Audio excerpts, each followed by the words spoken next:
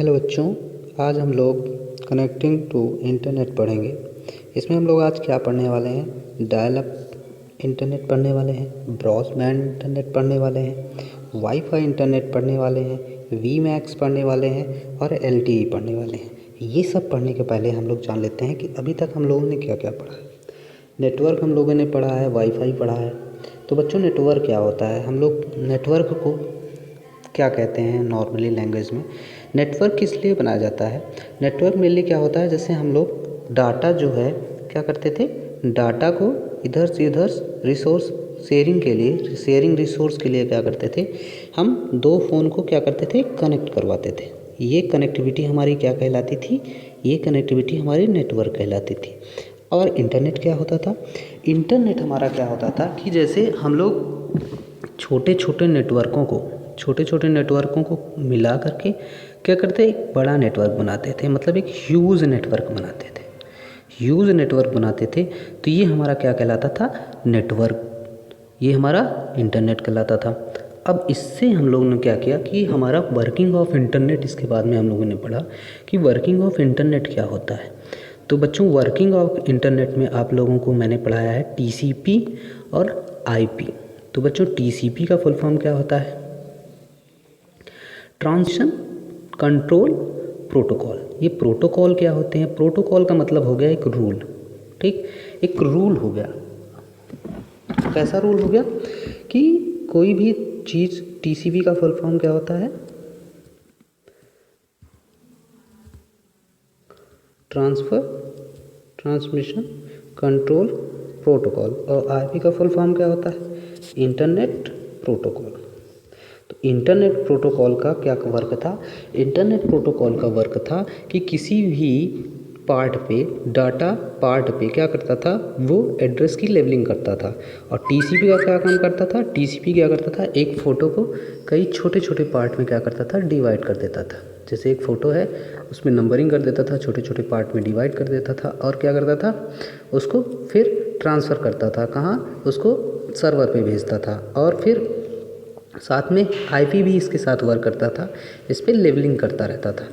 अब क्या होता था, जब सोर्स उस पर सर्वर पे अपलोड हो जाता था कोई चीज़, तो अब जो एड्रेस रहता था सर्वर पे अपलोड होने के बाद वो कहाँ जाता था? उस यूनिक एड्रेस पे जाता था जहाँ पे हमको वो चीज़ डाउनलोड करनी रहती थी।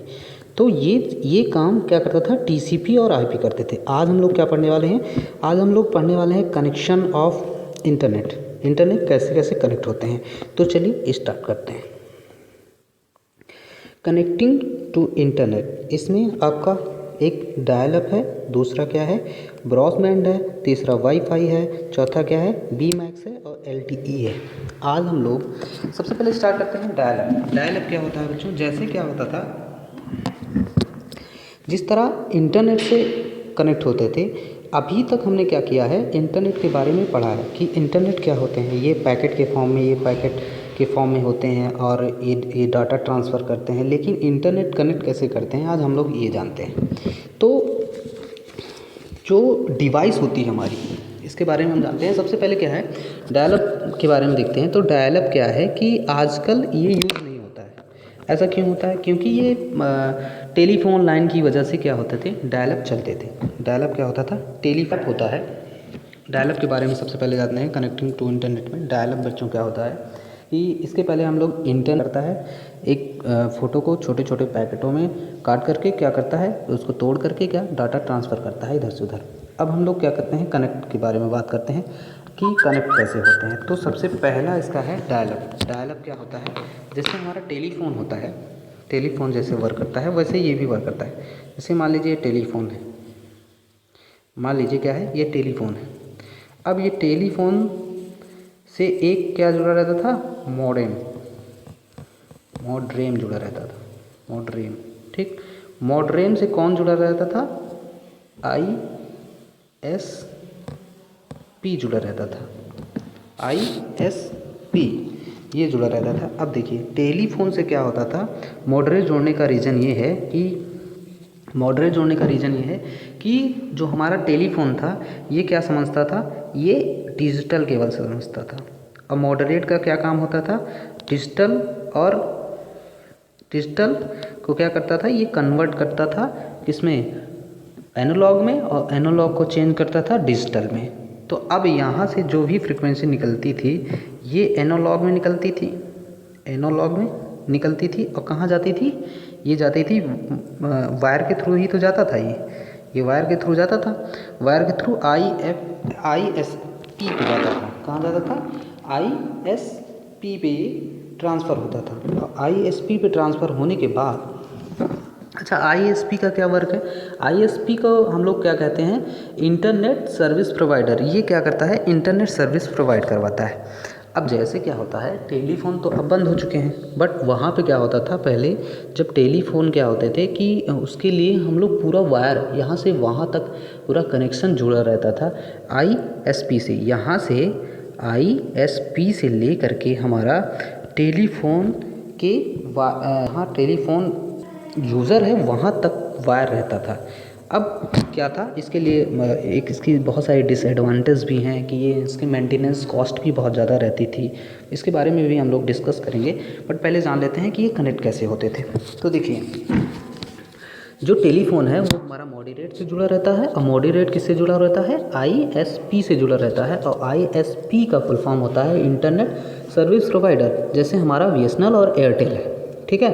अब इसमें क्या होगा कि ये जो हम लोग जैसे इंटरनेट यूज़ कर रहे हैं, टेलीफोन से ही हम लोग इंटरनेट उस समय डायल अप से यूज़ करते थे, तो क्या होता था कि जैसे इसमें एक प्रॉब्लम आ गई बाद में, इसकी स्पीड भी काफ़ी कम रहती थी। इसकी स्पीड किलोबाइट रहती थी, इसकी स्पीड किलोबाइट रहती थी, kbps की स्पीड थी इसकी पर सेकेंड की।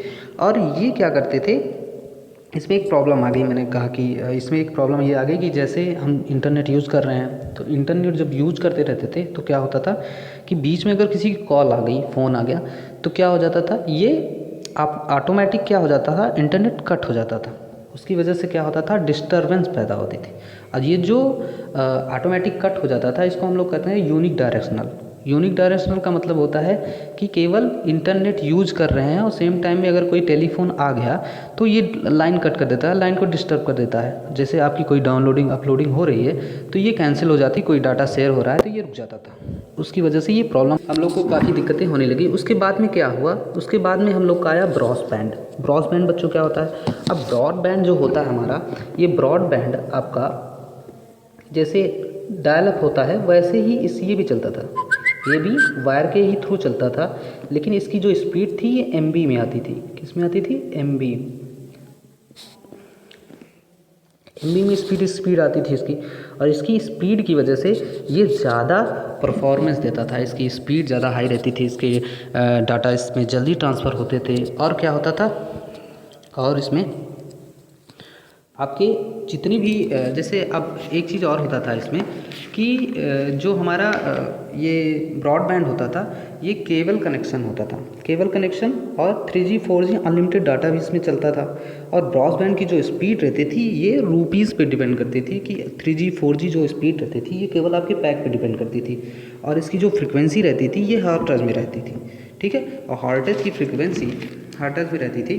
तो आप लोग ब्रॉडबैंड के बारे में भी जान चुके हैं कि ये वायर है, देखिए जो डायल अप है और जो ब्रॉडबैंड है ये आपके क्या हैं, ये दोनों वायर के थ्रू जुड़ते। अब हम लोग वाईफाई की बात करते हैं। वाईफाई क्या होता है, वाईफाई आजकल आप लोग यूज़ करते हैं। वाईफाई क्या होता है, हॉट स्पॉट जिसको आप लोग कहते हैं, हॉट स्पॉट, ये छोटा इंटरनेट प्रोवाइडर होता है।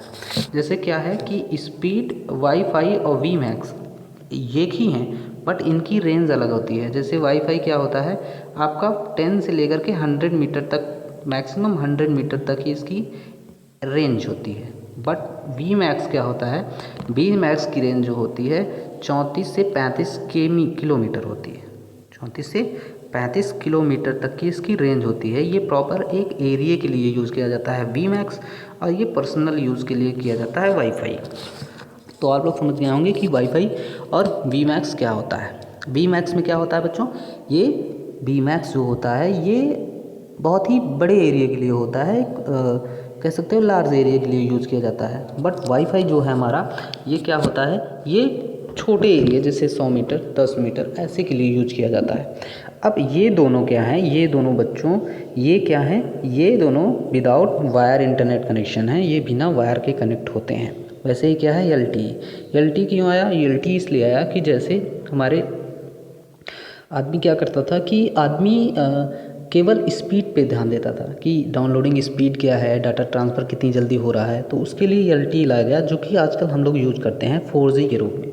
4G यूज़ करें, जैसे वोल्ट हो गया, वैसे ही क्या हो गया LTE भी हो गया। LTE वोल्ट ही बोला जाता है इसको, लॉन्ग टर्म इवोल्यूशन, ठीक है।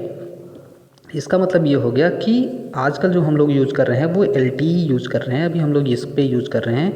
इसके बाद हम लोग का नया आने वाला है इंटरनेट कनेक्शन 5G।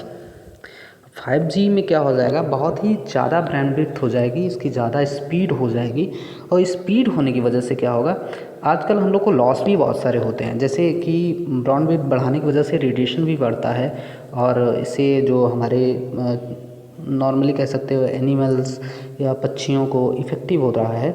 अच्छा, एक चीज़ मैंने बताना मैं भूल गया कि ये जो डायल अप है, ये बंद क्यों हो गया। इसका रीज़न ये था कि जो हमारा वायर था, ये मेंटेनेंस कॉस्ट बहुत ज़्यादा लेता था, और मेंटेनेंस कॉस्ट लेने की वजह से क्या किया गया, इसको बंद कर दिया गया। जब ब्रॉडबैंड आया, ब्रॉडबैंड आज भी हम लोग क्या करते थे, ब्रॉडबैंड भी वायर के ही थ्रू रहता है, लेकिन इसकी स्पीड आ गई, इसमें अच्छी स्पीड आ गई, इसमें स्पीड कम हो गई, इसकी वजह से इसको बंद कर दिया गया।